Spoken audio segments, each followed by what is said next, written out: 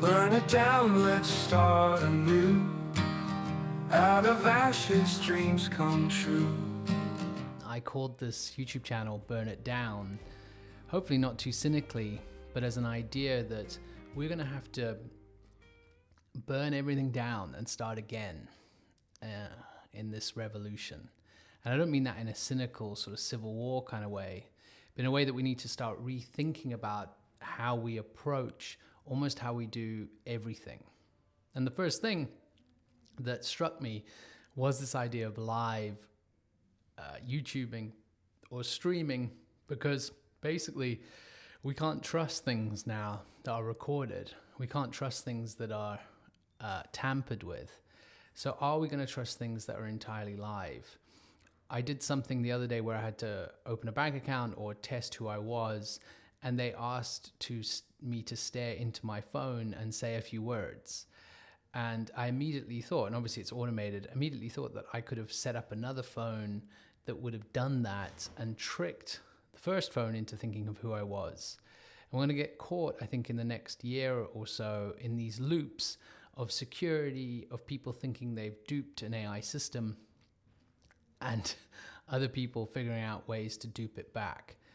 But the first step, I think, is more live, more human, people feeling more secure with mistakes. Like you hear now with podcasts that are clearly produced, where people leave mistakes in, they leave pauses in. And I think there is going to increasingly be an idea of authenticity. And even on the flip side, you see synthetic voices made by AI in things like 11 Labs, where they're adding in ers. I wrote this week in my Develop AI newsletter about Notebook LM, which is Google's new incredible system about essentially you upload information, YouTube links, audio, and you can interrogate it. You can build crib notes for books if you're a student, and also as almost as a byproduct, as a kind of slap in the face to people that have been doing YouTubing for so long, you can also just create a chatty podcast where essentially it will get two people, synthetics, and they will talk about what you've uploaded. So really what I'm trying to build here is an AI community. I'm originally a journalist, so I'm starting in media, but really I think there is strength in networking as many people as possible in as many different industries to share ideas, tools, code, all these different facets of where AI is going so they can improve their businesses. I still see, even now, we're like 2 years into this, into very accessible chatbots, you still see chatbots that are automated in a way that could be 10 years old. You know, that's a crazy thing. And always with these kinds of technology shifts, it takes people a long time to catch up. Part of it is expense, part of it is experience, part of people don't trust the new thing. But I think together we can really share a lot of this stuff. We can help each other make our businesses better.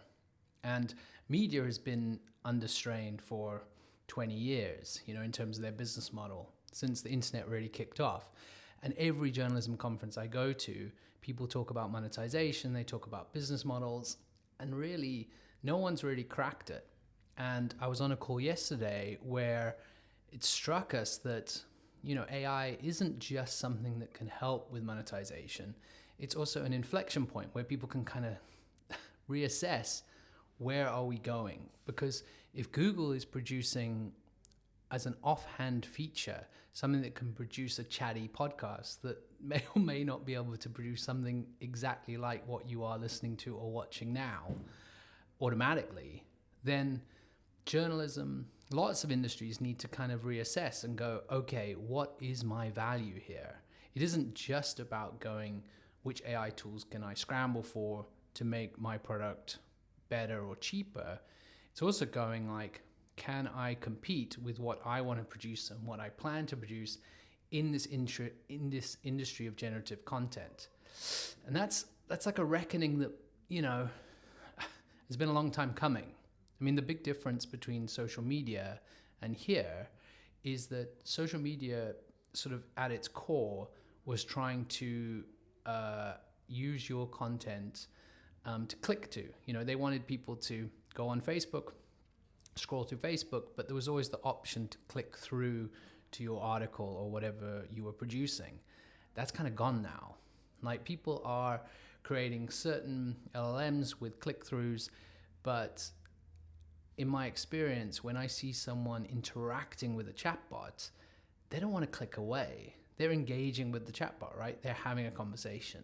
And if you're offering a very static web page of information, maybe better information, maybe more accurate information, people are not necessarily going to want to click away from the conversation they're having with this chatbot as these conversations get more sophisticated and more authentic and all the rest of it. So, you know, media is having a reckoning moment in terms of not just investigative journalism, and I'm loath to use the word investigative because it feels like that makes a hierarchy, but at the same time, we need to figure out, like, what are we offering as journalists and what people are willing to pay for, as always. But also, we need to really think about, can we create something that's better than what's being created at the moment? Because frankly, a lot of the time when you listen to a podcast now, it's two people chatting about news articles that are right in front of them, right? There are AI podcasts for days that essentially just look at the day's news, and then two people chat about that, and that's a podcast. But if Google can do that synthetically, then what are we doing? So I know there is a hypocrisy here, because I am essentially just adding to the slew of more YouTube channels, more podcasts, more content. But as someone that's been editing investigative podcasts for years, spending way, maybe too long editing ums and ahs, this is also kind of a liberating experience. To sit here in my tiny little office, staring into my iPhone and recording. And hopefully we can generate something that's kind of exciting here. We're at developai.co.za, got a newsletter on Substack for Develop AI, and also a WhatsApp community where people share links and tools and the rest of it. I look forward to this. I hope you do too. Burn it down, let's start anew. Out of ashes, dreams come true. From the end we'll rise again.